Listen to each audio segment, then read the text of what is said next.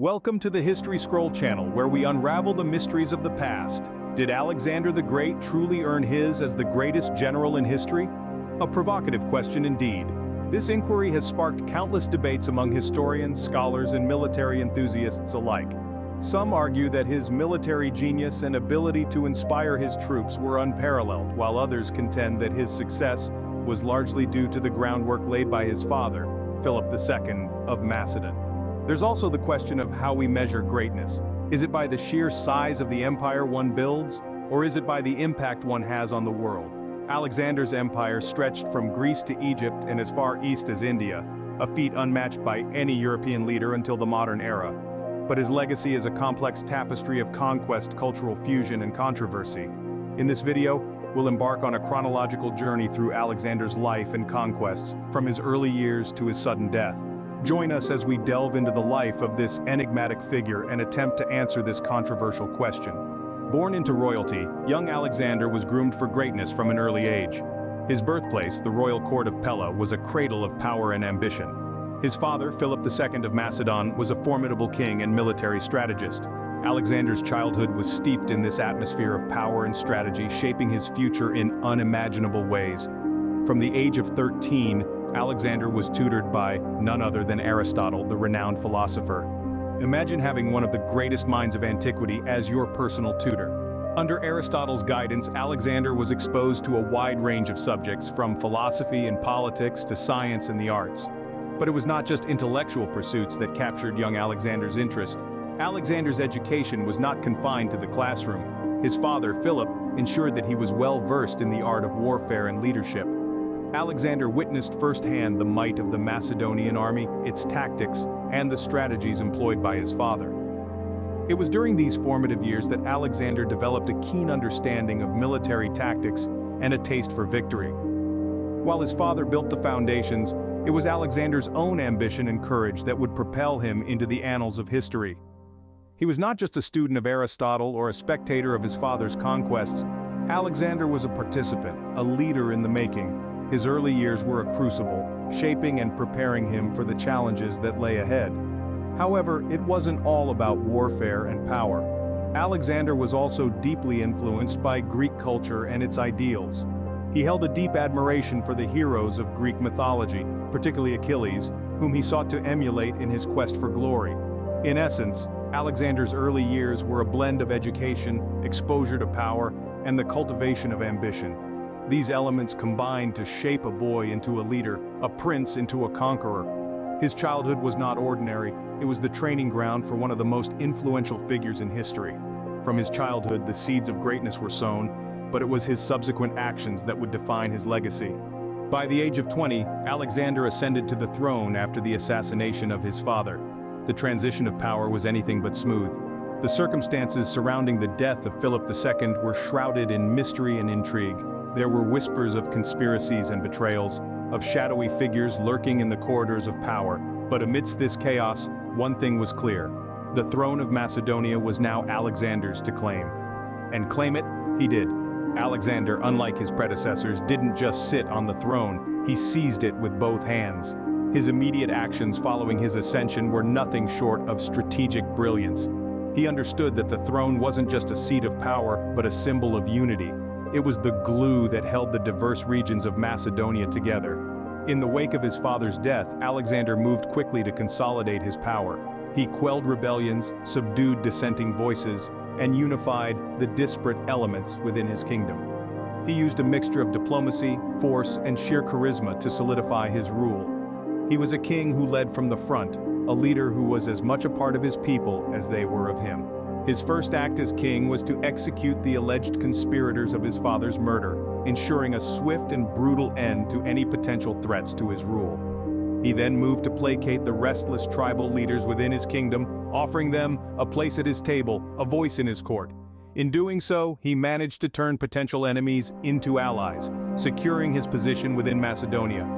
But Alexander's ambition didn't stop at the borders of his kingdom. He had his eyes on the world stage. With his authority firmly established within Macedonia, he set his sights on greater conquests. He began to build an army, not just to defend his kingdom, but to expand it. Within a short period, Alexander proved his strategic prowess and established his authority, paving the way for his future conquests. He was more than just a king. He was a mastermind, a visionary, a man who would go on to shape the course of history. With his power secured at home, Alexander set his sights on new lands. And so began one of the most audacious military campaigns in history, as Alexander the Great turned his gaze eastward towards the vast Persian Empire. The first major confrontation in this epic campaign was the Battle of Granicus, fought in the spring of 334 BC. Facing a Persian force on the eastern banks of the Granicus River, Alexander showcased his innate grasp of military strategy. He deployed his infantry in a phalanx formation, a tightly packed, shielded infantry known for its offensive capabilities. Alexander, leading from the front, charged into the enemy line, breaking their formation. The Persians were routed, and this victory opened up the western part of Asia Minor to Alexander's forces. But the Battle of Granicus was just a prelude. The real test came at the Battle of Issus, in the autumn of 333 BC. This time, Alexander faced King Darius III himself, and a Persian army that vastly outnumbered his own. Yet, Alexander's genius shone through once again. He used the narrow battlefield to neutralize the Persian numerical advantage and launched a bold, direct attack on Darius, causing chaos in the Persian ranks. The result was a decisive victory that shook the Persian Empire to its core. Then came Gaugamela, a battle that would become a legend. In 331 BC, Alexander met Darius again on the open plains of Gaugamela. Despite being heavily outnumbered, Alexander's tactical brilliance turned the tide. He ordered his troops to form an oblique line, a formation that allowed him to concentrate his forces against a part of the Persian line, breaking through and causing a domino effect. Darius fled the battlefield, and Alexander's forces claimed a monumental victory. These battles were not just tests of military strategy, but of leadership too. Alexander commanded from the front, sharing the dangers of the battlefield with his men. His courage, combined with his ability to make quick decisions under pressure, won him the loyalty and respect of his troops. In each of these battles, Alexander demonstrated innovative strategies that confounded his enemies and leveraged the strengths of his own forces. His use of the phalanx at Granicus, his manipulation of the battlefield at Issus, and his deployment of the oblique line at Gaugamela all showcased a military mind far ahead of his time. But these victories were more than just military triumphs. They were a message to the world that a new power had arisen, a power led by a young king from Macedonia, with the audacity to challenge the might of the Persian Empire and the vision to forge a new world order. These victories marked the beginning of Alexander's unstoppable march across the known world. A march that would forever change the course of history. Alexander the Great had begun his conquest, and nothing would ever be the same again. Alexander's ambition knew no bounds as he continued his pursuit of the Persian Empire. Consider a young man, hardly in his mid-20s, already standing as the ruler of Macedonia and Greece, yet his thirst for power and glory was far from quenched. The Persian Empire, the most formidable force in the known world, was his next target. This wasn't just a quest for territorial expansion, it was a personal vendetta, born out of his childhood fascination with the tales of Persian grandeur and his desire to surpass his hero, Achilles. The fall of the Persian Empire didn't happen overnight. It was a result of relentless campaigns that spanned across several years and vast territories. The Battle of Issus, the Siege of Tyre, the Battle of Gaugamela, each one a testament to Alexander's strategic genius and indomitable will. His armies, though often outnumbered, were never outmaneuvered. They swept through the Persian territories like a storm, leaving a trail of destruction in their wake. But the real challenge lay not in the conquering, but in the controlling. The Persian Empire was a melting pot of diverse cultures, languages, and traditions. To maintain his grip over these newly conquered territories, Alexander adopted an approach that was as audacious as it was ingenious. He embraced the local customs, donned Persian attire, married a Persian princess, and even encouraged his soldiers to take Persian wives. He introduced a policy of fusion, a blend of Macedonian and Persian traditions, in his court. This wasn't mere tokenism, but a strategic move to gain the loyalty of his Persian subjects. It was a strategy that was met with resistance from his own men, but Alexander was unwavering. He understood that to rule an empire, one must not just conquer lands, but also hearts.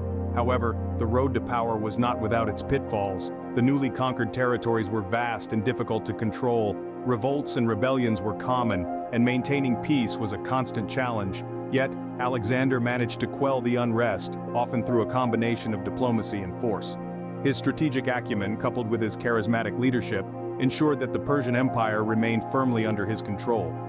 And so it was that a young man from a small kingdom in the northernmost part of Greece, with an army of fewer than 50,000 men, managed to topple the Persian Empire, the largest empire the world had known until then. Alexander's audacious ambition, his strategic genius, and his indomitable spirit had brought him to the pinnacle of power. With the fall of the Persian Empire, Alexander became the ruler of one of the largest empires in the world. In the span of just a few years, he had transformed from a young king of a relatively small kingdom into a ruler whose dominion stretched from Greece to Egypt and as far east as India. His dream of surpassing his hero Achilles had not only been realized but exceeded. Alexander had become, quite literally, the Great. Driven by his insatiable desire for conquest, Alexander turned his gaze to India. The land was rich, mysterious, and uncharted territory for the young conqueror. But Alexander's journey towards the east would prove to be one filled with unprecedented challenges and trials. As Alexander and his mighty Macedonian army crossed into the Indian subcontinent, they encountered a terrain unlike any they had seen before. Dense jungles, mighty rivers, and the scorching heat of the Indian summer were just the beginning of their woes. The Indian campaign was not simply a battle against an enemy army, but a battle against the elements themselves. And yet, Alexander pressed on, his unyielding spirit driving his men forward. The pinnacle of this campaign was the Battle of Hydaspes, a clash that pitted Alexander's forces against the formidable army of King Porus, one of India's most powerful rulers. The Macedonian army, experienced in the art of war, found themselves facing war elephants for the first time, a terrifying and unfamiliar foe. Despite the odds, Alexander's strategic genius shone through. Using a deceptive feint, he managed to cross the river Hydaspes under the cover of a stormy night, catching Porus's forces by surprise. But victory came at a cost. The Battle of Hydaspes was one of the bloodiest in Alexander's campaigns, with heavy casualties on both sides. And while Alexander won the battle, he found himself facing a new opponent, the disillusionment of his own men. The Macedonian soldiers, weary and homesick, had followed their king to the ends of the known world. But India was a step too far. They longed for the familiar landscapes of home, for the faces of their loved ones. And so, in the face of mounting dissent, Alexander made the difficult decision to turn back. The dream of a world empire with its heart in Macedonia was left unfulfilled. The campaign in India marked the end of Alexander's relentless conquests, but not the end of his story. Despite the hardships and the eventual retreat, the Indian campaign showcased Alexander's indomitable spirit and strategic genius. It was a testament to his ability to adapt and overcome, to face adversity head-on and emerge victorious. And while his dream of a global empire may have remained a dream, Alexander's legacy as one of the greatest military minds in history was firmly cemented. At the age of 32, Alexander met an end as mysterious as his life was extraordinary. In June of 323 BCE, Alexander the Great, king of Macedonia, conqueror of the Persian Empire, and one of history's most renowned military leaders, fell ill after a night of heavy drinking. His condition rapidly worsened, and within 2 weeks, he was dead. The exact cause of his death remains a subject of debate among historians, with theories ranging from poisoning to malaria to typhoid fever. Following Alexander's sudden demise, his vast empire, which stretched from Greece to Egypt and as far east as India, was left leaderless. His generals, known as the Diadochi, scrambled to fill the power vacuum, leading to a series of wars that would ultimately divide the empire into 3 main territories: the Ptolemaic kingdom in Egypt, the Seleucid Empire in the east, and the Antigonid dynasty in Macedonia. Yet Alexander's impact on the world extended far beyond his military conquests. His policy of cultural fusion, known as Hellenization, ushered in a new era of cultural and intellectual exchange. Greek became the lingua franca of the empire, and Greek ideas, art, and literature permeated the cultures of the conquered lands, influencing societies from Egypt to India. This Hellenistic age, as it is now known, was a period of tremendous cultural and scientific advancement. The city of Alexandria in Egypt, founded by Alexander, became a major center of learning, housing the famous Library of Alexandria and the Lighthouse, one of the 7 wonders of the ancient world. This was a time when scholars like Euclid and Archimedes made groundbreaking contributions to mathematics and physics, and when the works of poets, playwrights, and philosophers flourished, leaving an indelible mark on Western civilization. In addition, Alexander's military strategies and tactics have been studied and emulated by countless generals throughout history. His innovative use of the phalanx formation, his knack for exploiting enemy weaknesses, and his ability to inspire and motivate his troops are all hallmarks of his genius as a military leader. Alexander's influence can also be seen in the spread of Buddhism into Central Asia and China, facilitated by the trade routes established during his conquests. His image and legends about his life were absorbed into various cultures, appearing in Persian, Buddhist, and Christian traditions, among others. In his short life, Alexander left a legacy that has shaped the course of history. His empire may have crumbled shortly after his death, but his influence endured, echoing through the ages in the realms of culture, language, and military strategy. Alexander the Great was not just a conqueror, he was a catalyst for change, a visionary leader whose ambitions reshaped the world. With his life and achievements laid bare, we return to our initial question. Was Alexander the Great the greatest general in history? The answer, as with many things in history, is complex and multifaceted. Let's delve into the considerations. From one perspective, Alexander's military acumen is undeniable. He led his armies to victory after victory, often against forces far superior in number. His tactical genius, seen in battles such as Gaugamela and Issus, changed the course of history and rewrote the geopolitical landscape of his time. Alexander's innovative strategies and tactics, his use of the phalanx and combined arms, and his ability to adapt to different enemies and terrains, all speak volumes about his military brilliance. His leadership, charisma, and ability to inspire his men to follow him into the most daunting of battles often put him on a pedestal of greatness. But every coin has two sides. Some historians argue that Alexander was not so much a strategic mastermind as he was a beneficiary of circumstance. His father, Philip II, had already laid the groundwork for a mighty Macedonian empire before Alexander took the throne. Alexander inherited a well-oiled war machine complete with experienced generals and soldiers, and a kingdom on the brink of expansion. Furthermore, some critics point out that Alexander's relentless pursuit of glory and power often led to unnecessary bloodshed. His refusal to stop his conquests, even when his men were exhausted and yearning for home, has also been a point of contention. His treatment of conquered peoples, though often generous, was sometimes brutal and ruthless. And then there's the question of sustainability. Yes, Alexander built an empire that stretched from Greece to Egypt and all the way to India, but it was an empire that crumbled soon after his death, torn apart by infighting and power struggles.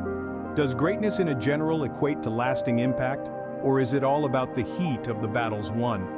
What we can agree on, however, is that Alexander's influence on history is profound. He brought about a new age, the Hellenistic period, which saw the spread of Greek culture and ideas throughout the known world. His campaigns influenced military strategies for centuries to come, and his legend continues to captivate us, over 2,000 years after his death. Whether or not Alexander the Great was the greatest general in history is subjective. However, his influence on history is undeniably profound. In the end, perhaps it's not about who's the greatest, but about who leaves an indelible mark on the sands of time. And in that, Alexander the Great certainly succeeded. As we conclude our journey through Alexander's life, we leave you with some final thoughts. We have traveled through time, tracing the footsteps of a man who, in his short life of just over 30 years, reshaped the world as it was known in the 4th century BC. From his early years, we saw a young prince nurtured by the greatest minds of his time, instilling in him a hunger for knowledge and a thirst for greatness. His ascension to the throne was swift, following the assassination of his father, King Philip II. Yet it was in the face of adversity that Alexander's true character shone. His conquests began in earnest, encompassing lands as vast and diverse as Egypt to the Indus Valley. He toppled the mighty Persian Empire, taking the mantle from Darius III and etching his name in the annals of history. His unstoppable march eastwards, culminating in his Indian campaign, marked the end of his conquests but not his ambition. The circumstances surrounding his untimely death remain a mystery, yet his legacy lives on. He transformed the Hellenistic world, spreading Greek culture and language far and wide. His military strategies are still studied in academies today, a testament to his genius as a general. Yet was he the greatest general in history? The answer to this question is complex and multifaceted. His victories were impressive, his strategies innovative, and his ambition unquenchable. However, his rule was also marked by brutality and a disregard for the cultures he conquered. These aspects of his character cannot be overlooked and contribute to the enigma that is Alexander. In the annals of history, few names resonate as strongly as Alexander the Great. His story continues to captivate us, sparking debates and inspiring awe thousands of years after his death. If you enjoyed this journey through history, don't forget to like, comment, and subscribe to the History Scroll channel. Stay tuned for more fascinating tales from the annals of history.